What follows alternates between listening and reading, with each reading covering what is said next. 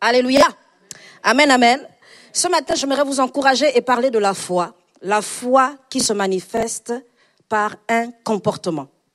La foi se manifeste par un comportement. Pourquoi? Parce que la Bible nous dit dans le passage aux Hébreux que la foi est une ferme assurance des choses qu'on espère, mais elle est aussi une démonstration de celles qu'on ne voit pas. Et lorsque nous lisons ce texte, la Bible déclare qu'on ne peut pas être agréable à Dieu si ce n'est par la foi. On ne peut pas être agréable à Dieu si on n'a pas cette ferme assurance. On ne peut pas être agréable à Dieu si on ne démontre pas notre foi. Alléluia. Remettez-nous la lumière, bien-aimés. Nous sommes les fils de lumière. La Bible nous enseigne dans ce passage, lorsqu'on lit les textes en grec, l'assurance ici c'est hypostasis, c'est-à-dire ce qui est plus fondé, c'est-à-dire c'est placé, c'est fixé en dessous, c'est-à-dire le fondement. En quelque sorte, la Bible nous déclare donc que la foi est notre fondement. C'est le fondement de notre vie chrétienne. Et la démonstration, c'est le fait d'avoir une preuve. La Bible dit que celui qui s'approche de Dieu doit croire que Dieu existe. C'est ça la foi. En d'autres termes, c'est que celui qui s'approche de Dieu doit avoir la preuve, comme Semeur le dit, la preuve de son existence. C'est bien que tu dises que Dieu existe, mais prouve-nous. Qu'est-ce qu'il a fait dans ta vie? C'est ça la foi. Lorsque tu commences à raconter les témoignages de ce que Dieu fait dans ta vie, tu rentres dans la démonstration de la foi. Et la vie d'un chrétien est en continue, en perpétuelle démonstration de foi. Si tu n'as pas la démonstration de la foi dans ta vie, c'est que ta foi est morte. C'est qu'il n'y a rien qui se passe dans ta vie. Et tu as besoin que l'esprit qui donne la vie t'anime pleinement. Dans ce passage, la Bible nous enseigne que plusieurs personnes, des patriarches comme on les appelle, ont été agréables au Seigneur. Abel a offert un sacrifice au Seigneur, Enoch a été enlevé.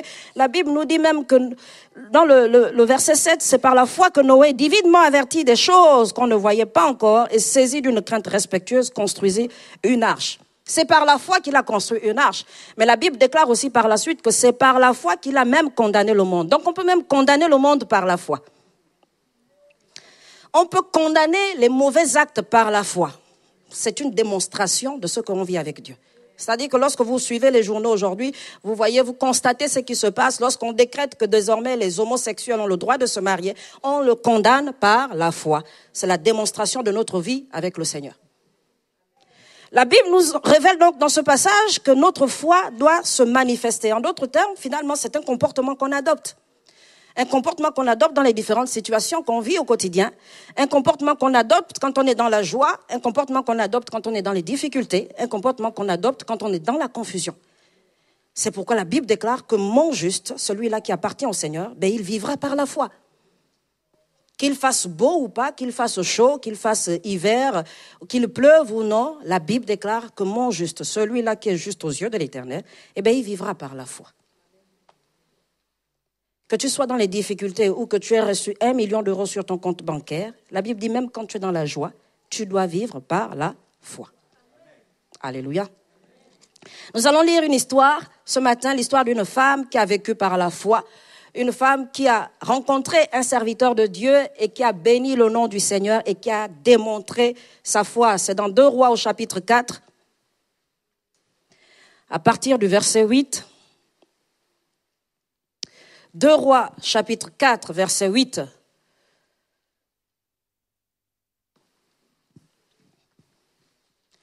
La Bible déclare, un jour, Élisée passait par Sunem. Il y avait là une femme de distinction qui le pressa d'accepter à manger. Et toutes les fois qu'il passait, il se rendait chez elle pour manger. Elle dit à son mari, voici, je sais que cet homme qui passe toujours chez nous est un saint homme de Dieu. Faisons une petite chambre haute avec des murs et mettons-y pour lui un lit, une table, un siège et un chandelier, afin qu'il s'y retire quand il viendra chez nous. Élisée étant revenu à Sunem, se retira dans la chambre haute et y coucha. Il dit à Géasi, son serviteur, appelle cette Sunamite. Géasi l'appela et elle se présenta devant lui. Élisée dit à Géasi, dis-lui, voici, tu nous as montré tout cet empressement. Que peut-on faire pour toi? Faut-il parler pour toi au roi ou au chef de l'armée? Elle répondit, j'habite au milieu de mon peuple. Et il dit, que faire pour elle? Géasi répondit, mais elle n'a point de fils et son mari est vieux. Et il dit, appelle-la. Géasi l'appela et elle se présenta à la porte. Élisée lui dit, à cette même époque, l'année prochaine, tu embrasseras un fils. Elle dit, non, mon Seigneur, homme de Dieu, ne trompe pas ta servante. Cette femme devint enceinte et elle enfanta un fils à la même époque l'année suivante, comme Élisée lui avait dit. L'enfant grandit et un jour, qu'il était allé trouver son père vers les moissonneurs et dit à son père, ma tête, ma tête. Le père dit à son serviteur, porte-le à sa mère. Le serviteur l'emporta et l'amena à sa mère. Et l'enfant resta sur les genoux de sa mère jusqu'à midi. Puis il mourut. Elle monta, le coucha sur le lit de l'homme de Dieu, ferma la porte sur lui et sortit. Elle appela son mari et dit, envoie-moi, je te prie, un des serviteurs et une ânesse. Je veux aller en hâte vers l'homme de Dieu et je reviendrai. Et il dit, pourquoi veux-tu aller aujourd'hui vers lui? Ce n'est ni nouvelle lune ni sabbat. Elle répondit, tout va bien. Puis elle fit seller l'ânesse et dit à son serviteur, mène et pars. Ne m'arrête pas en route sans que je te le dise. Elle partit donc et se rendit vers l'homme de Dieu sur la montagne du Carmel. L'homme de Dieu, l'ayant aperçu de loin, dit à Géasi, son serviteur, voici cette Sunamite. Maintenant cours donc à sa rencontre et dis-lui, te portes-tu bien? Ton mari et ton enfant se portent-ils bien? Elle répondit, bien. Et dès qu'elle fut arrivée auprès de l'homme de Dieu, sur la montagne, elle embrassa ses pieds. Géasi s'approcha pour la repousser. Mais l'homme de Dieu dit, laisse-la, car son âme est dans l'amertume, et l'Éternel me l'a cachée et ne me l'a point fait connaître. Alors elle dit, ai-je demandé un fils à mon Seigneur? N'ai-je pas dit, ne me trompe pas? Et Élisée dit à Géasi, Saint-Terrain, prends mon bâton dans ta main et pars. Si tu rencontres quelqu'un, ne le salue pas. Et si quelqu'un te salue, ne lui réponds pas. Tu mettras mon bâton sur le visage de l'enfant. La mère de l'enfant dit, l'Éternel est vivant et mon âme est vivante. Je ne te quitterai point. Et il se leva et la suivit. Géasi les avait devancés et il avait mis le bâton sur le visage de l'enfant. Mais il n'eut ni voix, ni signe d'attention. Il s'en retourna à la rencontre d'Élisée et lui rapporta la chose en disant, l'enfant ne s'est pas réveillé. Lorsqu'Élisée arriva dans la maison, voici l'enfant était mort, couché sur son lit. Élisée entra et ferma la porte sur eux deux et il pria l'Éternel. Il monta et se coucha sur l'enfant. Il mit sa bouche sur sa bouche, ses yeux sur ses yeux, ses mains sur ses mains et il s'étendit sur lui. Et la chair de l'enfant se réchauffa. Élisée s'éloigna, alla ça et là par la maison, puis il remonta et s'étendit sur l'enfant. Et l'enfant éternua 7 fois et il ouvrit les yeux. Élisée appela Géasi et dit, appelle cette Sunamite. Géasi l'appela et elle vint vers Élisée qui dit, prends ton fils. Elle alla se jeter à ses pieds et se prosterna contre terre. Et elle prit son fils et sortit. Alléluia. Voici l'histoire d'une femme qui constate qu'il y a un serviteur de Dieu, un prophète qui fait des va-et-vient dans leur pays, dans leur village particulièrement, et qui se rend compte par l'Esprit de Dieu que c'est un homme de Dieu. Et elle dit à son mari, certainement cet homme est un serviteur de Dieu. Ce serait bien qu'on lui fasse une chambre haute, qu'on aménage un coin dans notre maison, où lorsqu'il viendra dans notre pays, dans notre région, qu'il puisse séjourner là, et qu'il puisse passer du temps dans la présence de Dieu. Lorsque vous lisez ce passage, vous vous rendez compte qu'elle met le chandelier qui est le symbole de la présence de Dieu. Lorsque vous étudiez le tabernacle, le chandelier était là pour rappeler aux sacrificateurs que la lampe de l'Éternel est toujours allumée. L'Esprit de Dieu est au milieu de vous. Le Seigneur est au milieu de vous. C'était le symbole de la présence de Dieu pour les sacrificateurs. Lorsque Élisée se rend compte que cette femme a fait du bien à son âme, a fait du bien à son cœur, il demande à son serviteur ce qu'il doit faire pour l'honorer, pour la remercier. Et là, il pose la question à son serviteur. Son serviteur dit, il n'y a pas d'enfant dans la maison, on n'a pas entendu parler d'enfant, on n'a pas entendu de cris d'enfant. Elle n'a pas d'enfant, mais encore plus son mari est vieux. Pour le serviteur d'Élisée, cette femme ne pouvait pas avoir d'enfant parce que pour lui, son mari était vieux. Élisée pose la question à cette femme. Lorsqu'il voit cette femme, quand il lui pose la question, cette femme ne lui dit pas qu'elle veut un enfant. Mais par le Saint-Esprit, il sait que le fait d'avoir un enfant réjouirait son cœur. Et il lui dit, à cette époque, à la même époque, l'année prochaine, tu porteras un enfant dans tes bras. Et cette femme dit, non, mon Seigneur, je n'ai rien demandé. Je n'ai rien demandé, j'habite au milieu de mon peuple, je suis bien avec mon peuple, j'ai pas besoin de grand-chose, etc. Mais seulement, plus tard, la Bible dit qu'à la même époque, l'année prochaine, l'année suivante, cette femme a un enfant.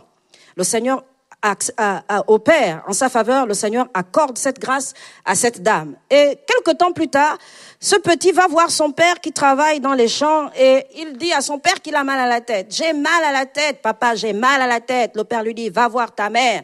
Comme ton mari te dit peut-être tous les jours, va voir ta mère. Si ton mari est à côté de toi ce matin, dis-lui, je te bénis au nom de Jésus.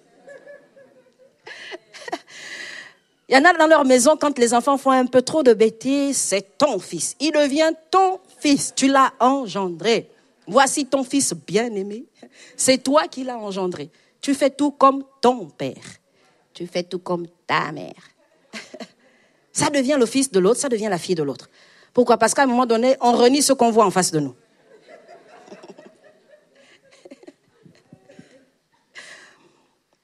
Bon, on ferme la parenthèse pour les problèmes de famille. On réglera ça au prochain numéro. Lorsque Élisée parle à cette femme, vous vous rendez compte il ne fait pas que exercer un ministère prophétique, mais le Seigneur répond à un besoin profond, le besoin de cette femme. Mais à côté de cette personne, il y a quelqu'un qui est au quotidien à côté de ce prophète et qui voit des miracles au quotidien, mais qui n'est pas transformé dans sa mentalité. C'est au point où, pour lui, le fait que cette femme soit d'un certain âge et son mari pareil, ils ne peuvent pas avoir d'enfant. Ils n'ont pas d'enfant et en plus de ça, son mari est vieux. Donc, si tu veux faire le miracle, il faut vraiment que tu prennes déjà 40 jours de jeûne et prière. Parce que c'est déjà compliqué sur le plan humain. Lorsqu'on voit l'histoire de cette femme plus tard, cet enfant meurt entre ses bras. Cette dame prend son enfant et va le poser sur le lit du serviteur de Dieu. Elle va dans la chambre haute qu'elle a aménagée et elle va poser son enfant là sur le lit du serviteur de Dieu. En d'autres termes, elle est en train de mettre cet enfant dans la présence du Seigneur.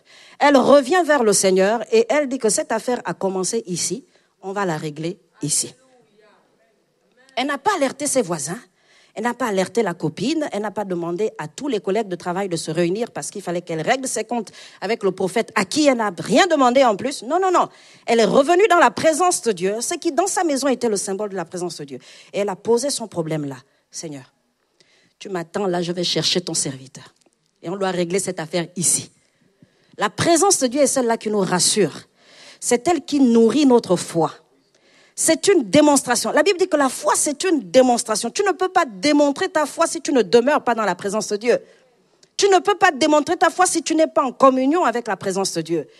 Tu ne peux pas démontrer ta foi si tu ne vis pas Dieu au quotidien. C'est pas possible. Lorsqu'elle va vers le prophète, la Bible déclare qu'elle demande à son mari de lui donner un serviteur et une ânesse. Et son mari lui pose la question, mais pourquoi est-ce que tu vas voir le prophète aujourd'hui? C'est pas la pleine lune. Et pour nous, aujourd'hui, c'est peut-être le jour du culte. C'est pas dimanche aujourd'hui. Pourquoi est-ce que tu vas à l'église aujourd'hui? C'est pas dimanche. Pourquoi est-ce que tu vas à l'église aujourd'hui? C'est pas la fête des rameaux. C'est pas le vendredi saint aujourd'hui. T'as pas besoin d'aller à l'église. Il y en a même qui sont chrétiens aujourd'hui qui trouvent que leur conjoint en fait un peu trop. Pourquoi est-ce que tu vas à l'église tous les vendredis? Tu n'as pas besoin de t'investir autant dans l'église. Pourquoi est-ce que tu vas aujourd'hui? Cette femme répond, tout va bien. Dites, tout va bien. Non, mais ne faites pas ça comme ça. Dites-le sérieusement en voyant. Non, regarde ton voisin, tu lui dis, tout va bien.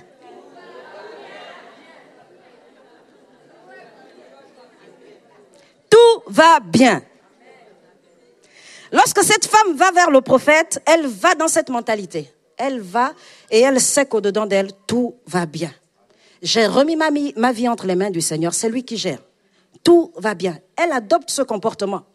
Elle ne s'alerte pas, elle ne se lamente pas, elle dit tout va bien. Et lorsqu'elle va vers le prophète, la Bible nous révèle qu'Élisée l'aperçoit au loin. Et il dit à son serviteur, voici cette Sunamite, va vers elle et demande-lui si son mari et son fils vont bien. Quand elle rencontre Géasi, elle dit, c'est bon, tout va bien. Ils vont tous bien, mais laisse-moi passer. Toi, je te connais. Lorsqu'elle arrive devant le prophète, la Bible dit qu'elle tombe face contre terre. Et c'est là que le Seigneur ouvre les yeux d'Élisée. Et la Bible déclare que son âme, l'âme de cette femme était remplie d'amertume. Remplie d'amertume. C'est pas juste devant Élisée qu'elle était remplie d'amertume. Elle était déjà dans le trouble lorsque son fils est mort. Une maman, lorsqu'elle perd un enfant, bien aimé, c'est pas évident. C'est pas évident. C'est par la foi qu'elle disait que tout va bien. C'était par la foi. Mais elle a eu le courage de le déclarer.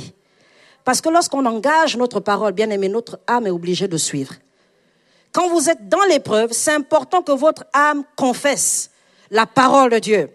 David pouvait le dire pour son âme. Bénis l'Éternel, mon âme. Pourquoi est-ce que tu t'abats, mon âme, au-dedans de toi? Espère en l'Éternel, car je le louerai encore. C'est ce que le psalmiste dit. Pourquoi t'abats-tu, mon âme, au-dedans de toi? Pourquoi est-ce que tu es affligé au-dedans de toi? Tu es obligé d'espérer en l'Éternel. Il lui dit, espère en l'Éternel, car je le louerai encore. Donc, si tu restes à ce niveau, moi, je te dis que je le louerai encore. Donc, c'est mieux pour toi, aujourd'hui, d'espérer en l'Éternel. Et cette femme ne vient pas pour reprocher des choses à Élisée. Elle lui dit, homme de Dieu, moi, je n'avais rien demandé. Mais aujourd'hui, je me retrouve dans le trouble. Mais je sais que Dieu est capable de faire quelque chose. Je sais que Dieu peut faire quelque chose. Et même quand Élisée envoie son serviteur, elle lui dit non, c'est toi qui dois venir avec moi. Quand Élisée envoie son serviteur, il dit à Géasi, va avec mon bâton, prends mon autorité. C'est peut-être le symbole des paroles que votre pasteur a l'habitude de prononcer. Je vais prier comme le pasteur, je vais chanter comme le pasteur, mais ce n'est pas forcément quelque chose que tu vis. Et ça n'a pas le même impact. Géasi, lorsqu'il s'en va, son maître lui dit, lorsque tu t'en vas, tu n'ouvres pas la bouche. Tu ne salues personne. Et même si quelqu'un te salue, toi, tu ne réponds pas. Géasi avait un problème avec sa langue. Quand vous lisez la Bible, je le disais ce matin, il est en train de raconter à un roi tous les exploits du ministère d'Élisée. Et il parle aussi de cette femme-là. Tu sais, on est arrivé dans un village, un jour, on a trouvé une femme qui ne faisait pas d'enfants et tout. Et quelques temps plus tard, pendant qu'il est en train de parler au roi, la dame aussi est en train d'arriver. Il dit, voici la dame dont je vous parlais au roi. Il avait un problème avec sa langue. Ce qui fait qu'Élisée lui dit, quand tu vas partir, même n'ouvre pas ta bouche. Là, c'est encore simple, mais c'est-à-dire que même si quelqu'un te salue, ne réponds pas. Parce que toi, c'est un piège pour toi. Dis à ton frère que là, j'ai l'impression quand même que c'est de toi que le pasteur parle ce matin.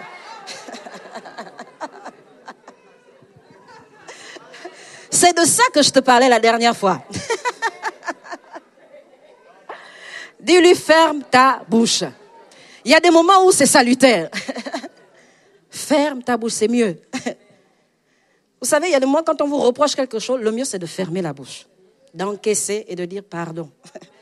Pardon. Vous avez plus de faveur comme ça. Vous trouvez plus grâce comme ça. Faut fermer la bouche. La Bible dit que la bouche qui parle trop ne manque pas de péché. La bouche qui parle trop. Il y en a qui ne peuvent s'empêcher de parler. C'est trop fort pour eux. Il faut qu'ils soient au devant des scoops. Et ils sont toujours à la recherche des scoops. Toujours à la recherche des scoops. Et parfois, quand il fait un rêve, là, il le transforme en songe. Et il vient, au lieu de dire qu'il a fait juste un rêve et tout, non, il vient comme monter une enquête pour vérifier si le songe était vraiment, finalement, je t'ai aperçu, dans le songe, tu étais avec tel frère et tout. Bon, je me suis posé la question, je me suis dit, est-ce qu'ils sont ensemble? Et puis, il veut en fait que tu répondes en même temps, mais bon, il continue son discours par rapport au rêve et tout ça, parce qu'il attend il y en a qui cherchent les scoops. Tant qu'ils ne sont pas au cœur de l'info, non, ça marche pas. L'OJT ne peut pas fonctionner sans eux. Dis au frère, car j'ai l'impression que c'est de toi que le pasteur parle quand même.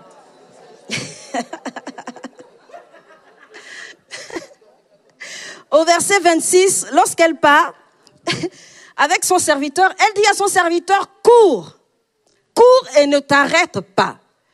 Quand cette tsunamite parle à son serviteur, elle conditionne aussi son serviteur. Elle conditionne la personne qui va avec elle à la recherche du miracle. Et on l'a vu vendredi dans Deutéronome 20, lorsqu'on était en train d'écouter ce message avec le frère Guillaume vendredi. Vendredi soir, le Seigneur était en train de nous dire que vous, là, quand vous êtes découragés, c'est mieux que vous rentrez chez vous. Sinon, vous allez contaminer les autres. Dis au frère, laisse-moi avancer. En temps de guerre, on n'a plus le temps de réfléchir. On n'a plus le temps de réfléchir en temps de guerre.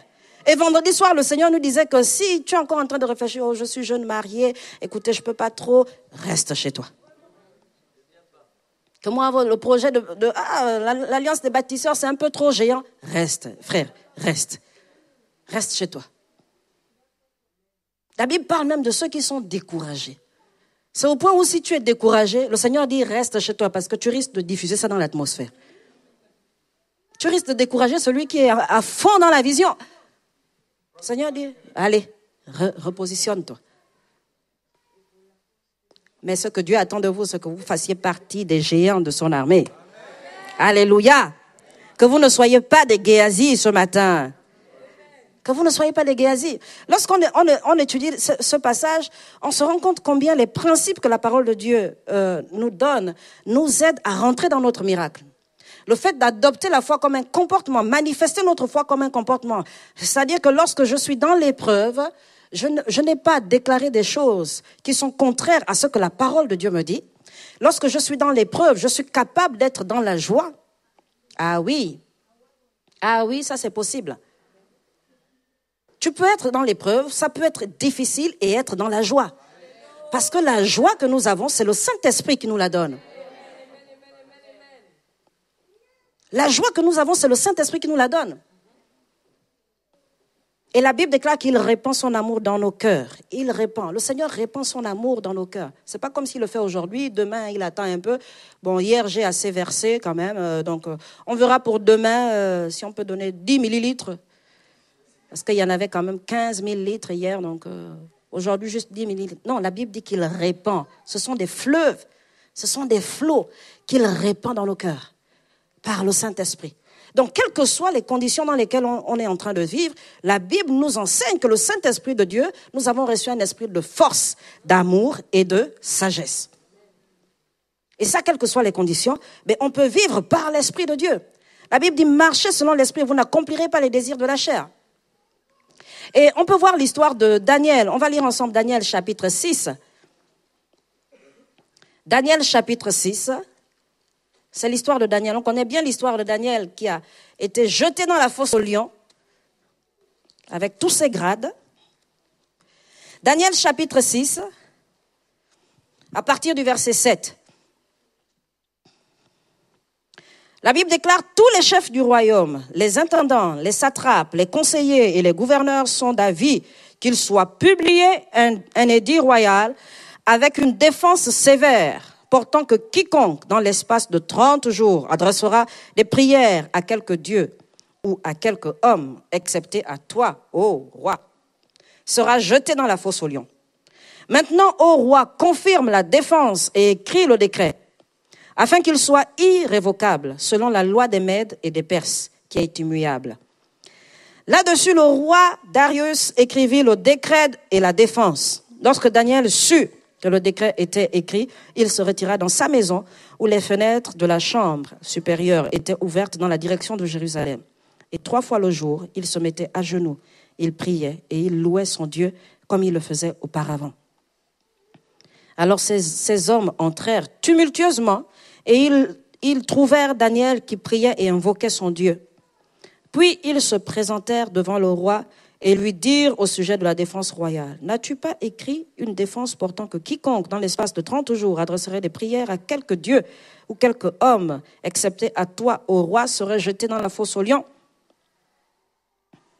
Le roi répondit, « La chose est certaine, selon la loi des Mèdes et des Perses, qui est immuable. » Ils prirent de nouveau la parole et dirent au roi, « Daniel, l'un des captifs de Juda, n'a tenu aucun compte de toi, ô roi, ni de la défense que tu as écrite, et il a fait sa prière 3 fois le jour. » Verset 16. Alors le roi donna l'ordre qu'on amena Daniel et qu'on le jeta dans la fosse aux lions.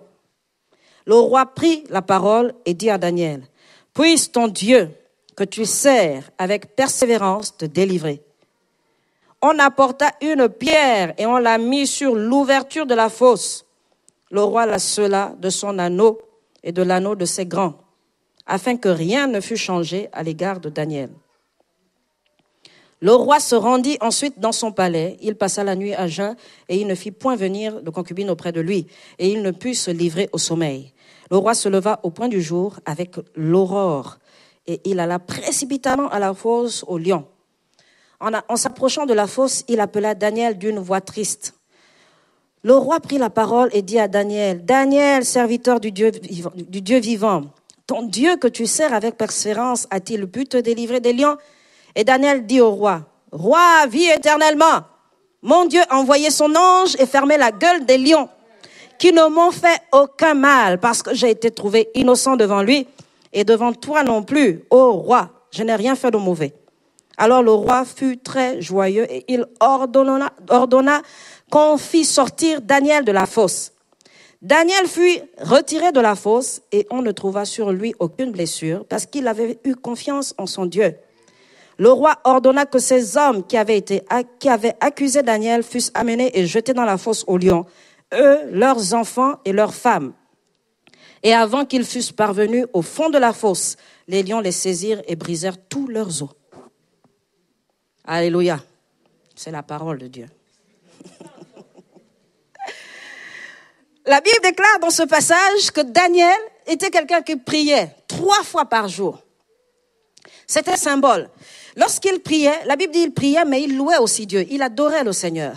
Et voilà des personnes qui sont très en colère parce que Daniel ne prie pas leur Dieu et Daniel ne prie pas leur roi. Quand vous lisez l'histoire, vous vous rendez compte qu'ils ont même élevé leur roi au rang de Dieu parce qu'il fallait aussi élever leur roi, adorer leur roi.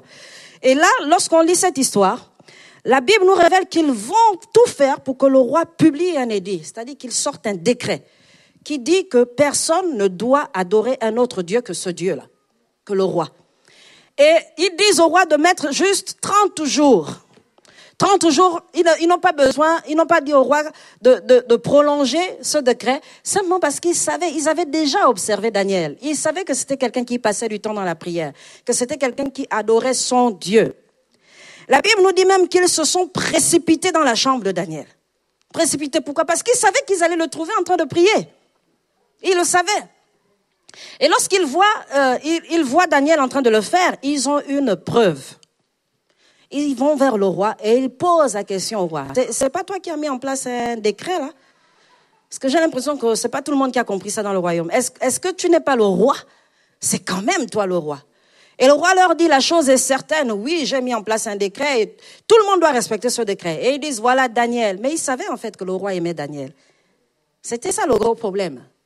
Daniel était au-dessus de tous les sorciers qu'il y avait à Babylone. Hein? C'était des gens qui avaient des pouvoirs, c'était des gens qui étaient respectés. Et le roi l'avait positionné au-dessus de toutes ces personnes. Alors il y a eu la jalousie dans leur cœur. Et ils faisaient tout pour trouver quelque chose de reprochable à Daniel. Comme quoi vous pouvez faire du bien, vous pouvez faire quelque chose de bien et être reprochable. Ça existe, ça.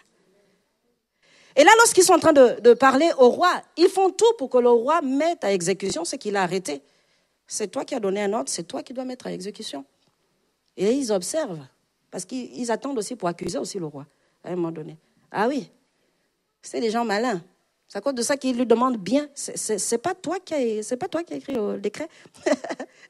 De ta propre main. On se rend compte que Daniel était quelqu'un qui chérissait la présence de Dieu.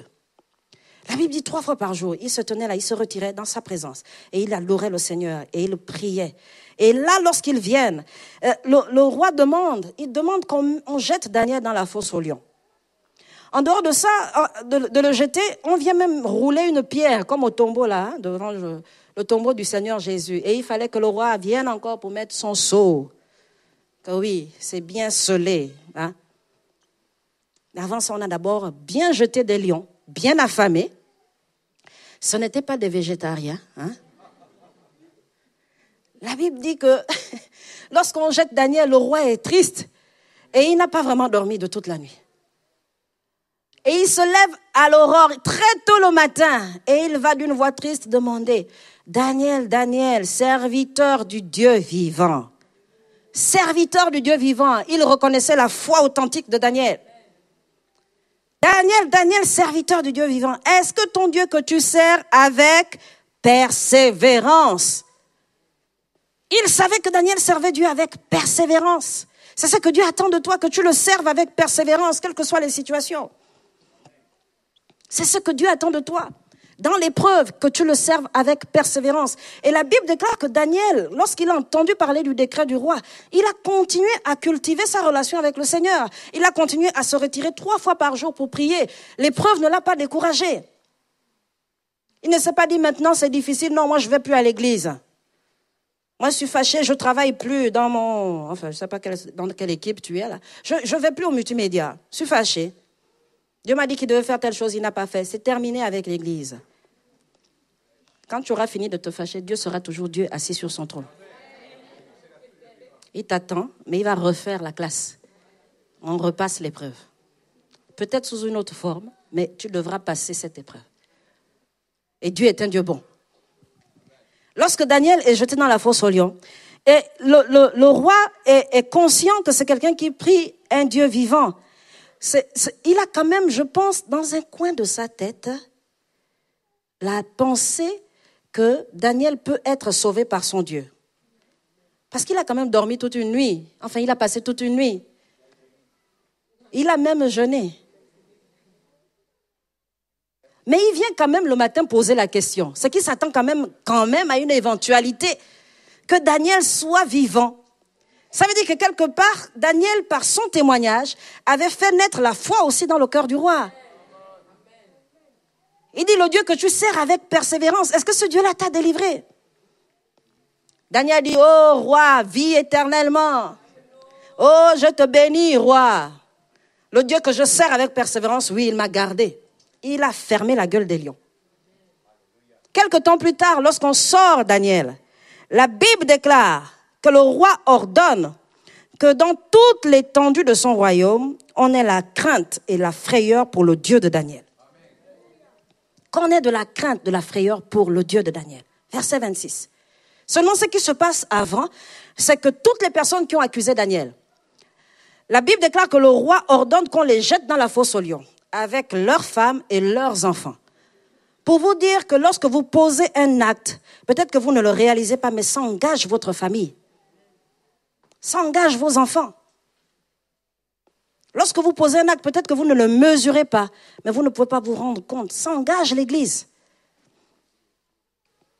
Seulement ce qu'on sème, on le récolte. Dieu la Bible l'appelle le juste juge, c'est-à-dire qu'il juge aussi. Et il y en a parfois qui jouent avec le Seigneur, qui jouent avec Dieu, mais à un moment donné, il faut qu'il prononce ses jugements.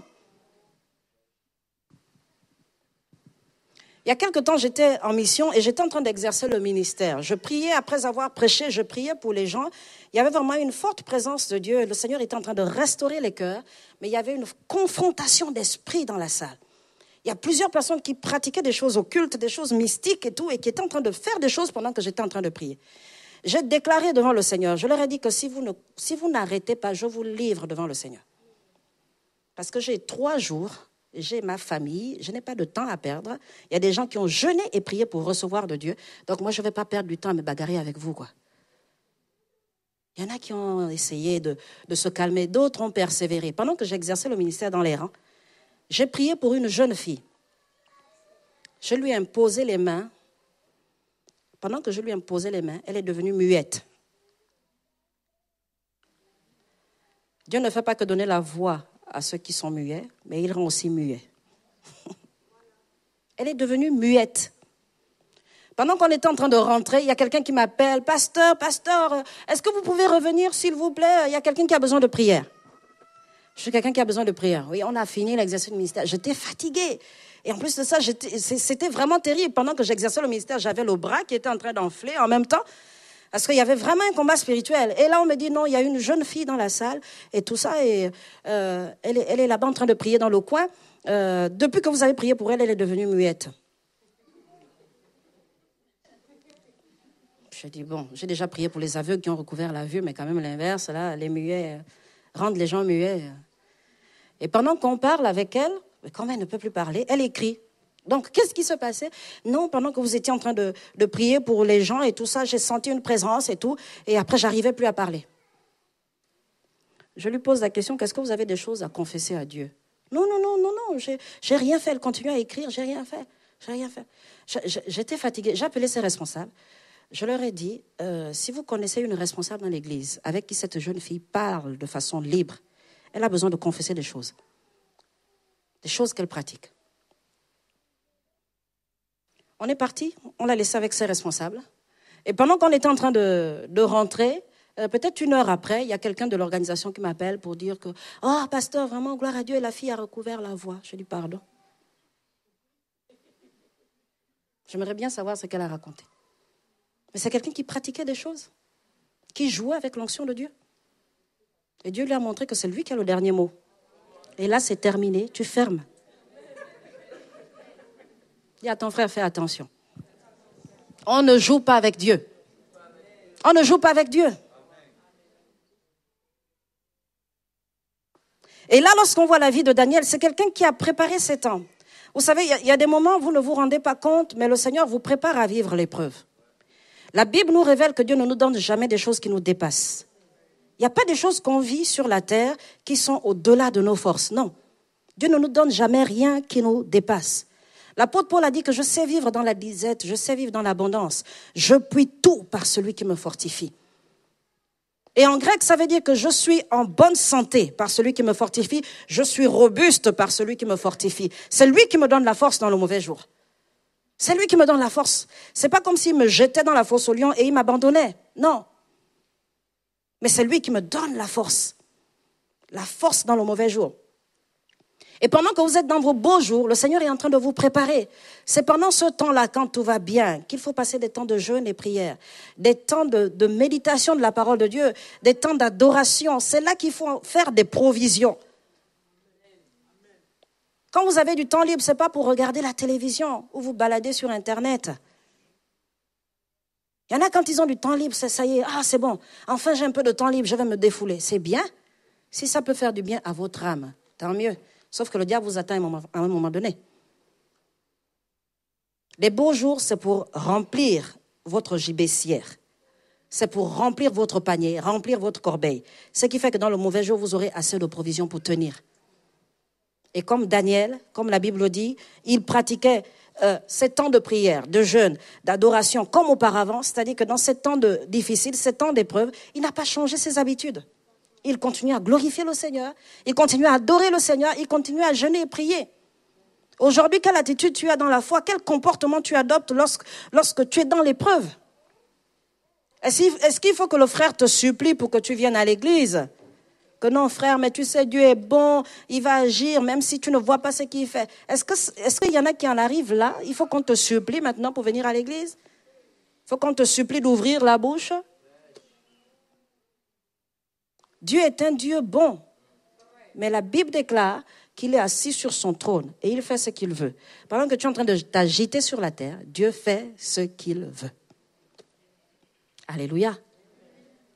Parce que Dieu est Dieu. On n'a pas d'ordre à donner à Dieu. Il est souverain. La Bible l'appelle le souverain. Le souverain des rois de la terre. Moi, j'ai vécu un bon moment dans une monarchie. Je sais ce que c'est qu'être en présence d'un roi, je vous assure. Vous ne vous comportez pas n'importe comment. Avant d'ouvrir la bouche, vous réfléchissez. À cause de leur autorité. Mais la Bible déclare que notre Dieu est le souverain des rois de la terre. Il est au-dessus de cette autorité. Et il ne nous abandonne pas. De la même manière qu'il a gardé Daniel dans la fosse aux lions, il est celui qui te garde dans ton épreuve. Il traverse la vallée avec toi. Sauf qu'il va un peu plus loin devant et il t'attend. C'est là où tu n'attends. C'est là où tu te demandes pourquoi est-ce que Dieu est silencieux. Non, il t'attend au bout de la vallée. Parce qu'au bout de la vallée, il est en train de parier. Il dit au diable que tu vas voir. Fixe bien les regards au bout de la vallée. Tu verras, mon fils va sortir de là. La tête haute, tu verras, ma fille va sortir de là. Je te dis, reste là, tu verras. Tu verras la gloire. Tu verras la gloire. Il tiendra ferme, tu verras. Au bout de la vallée, il est en train de faire des paris. Dieu a misé sur toi. Dieu a foi en toi. Alléluia.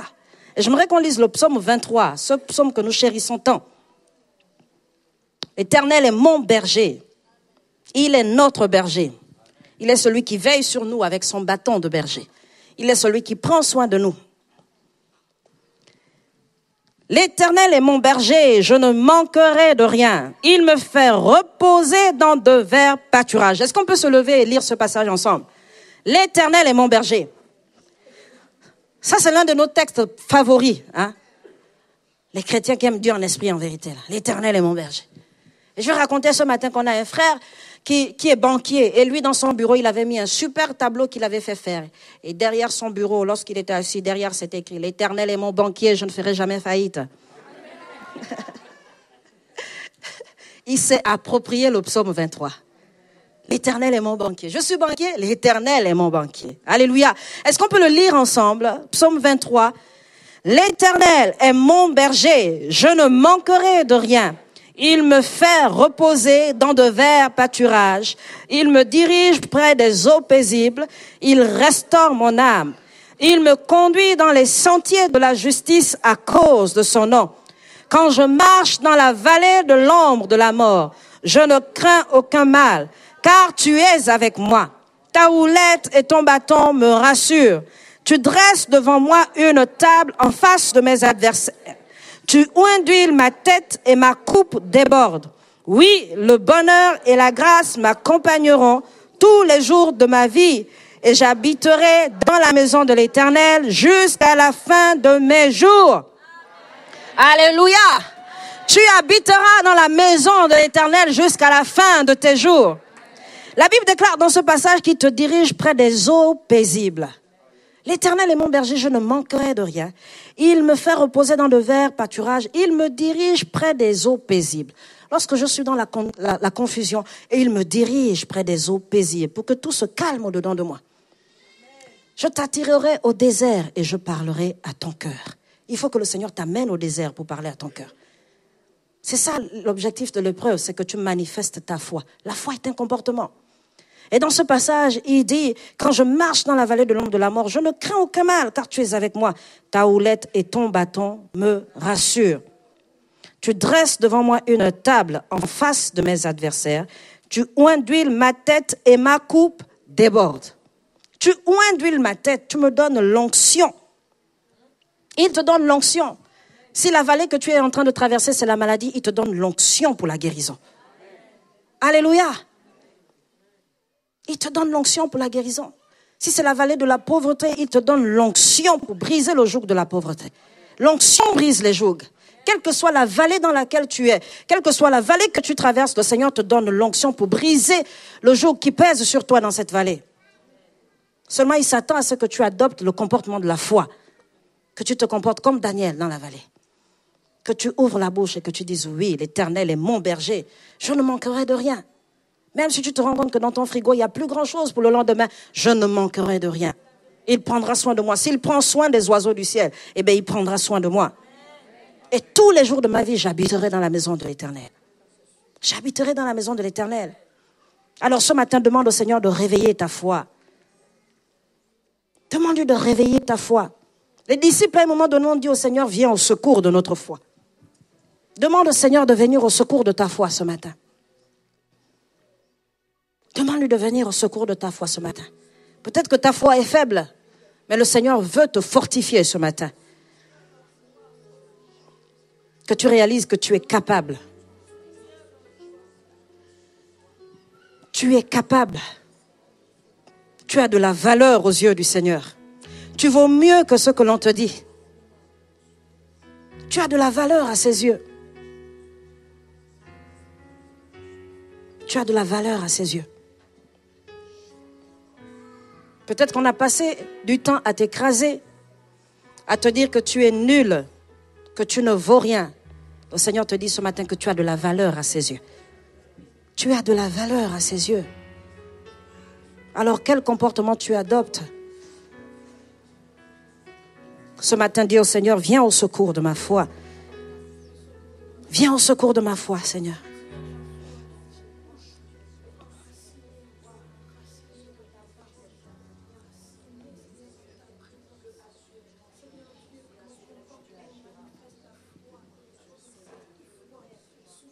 Il y a certainement plusieurs situations que tu as traversées ces derniers temps où tu n'as pas fait confiance au Seigneur. Daniel a dit, le Seigneur m'a gardé parce que je lui ai fait confiance. Parce que je lui ai fait confiance. Ce que Dieu attend de toi ce matin, c'est que tu lui fasses confiance. Que tu lui fasses confiance.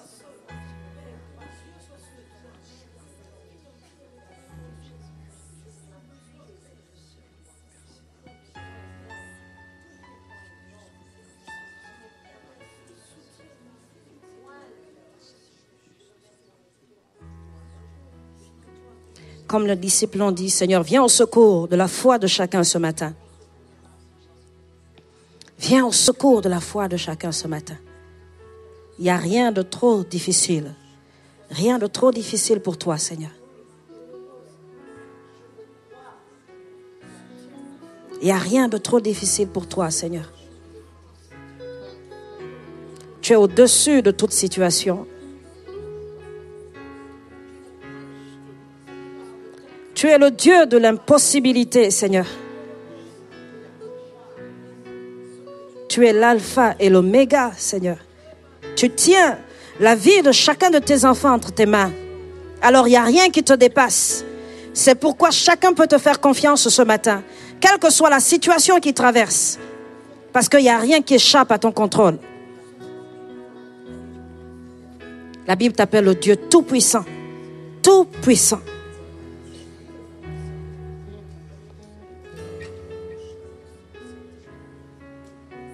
Que ton nom soit béni ce matin. Que ton nom soit sanctifié. Seigneur, merci parce que tu réveilles la foi de quelqu'un ce matin. Tu fortifies quelqu'un ce matin, Seigneur. Comme l'apôtre Paul l'a dit, nous pouvons tout par toi qui nous fortifie. Seigneur, nous pouvons tout par Christ qui nous fortifie. Tu nous rends forts, Seigneur, oh Dieu, vainqueur de la mort. Tu nous rends plus que vainqueurs. Que ton nom soit élevé ce matin. Que ton nom soit glorifié. Merci pour ta parole qui est esprit et vie. Merci parce qu'elle communique la vie à notre âme ce matin. Que la gloire te revienne, Seigneur. Que la gloire te revienne, Père éternel. Béni soit ton saint nom. Dans le nom de Jésus, nous avons prié. Amen. Alléluia.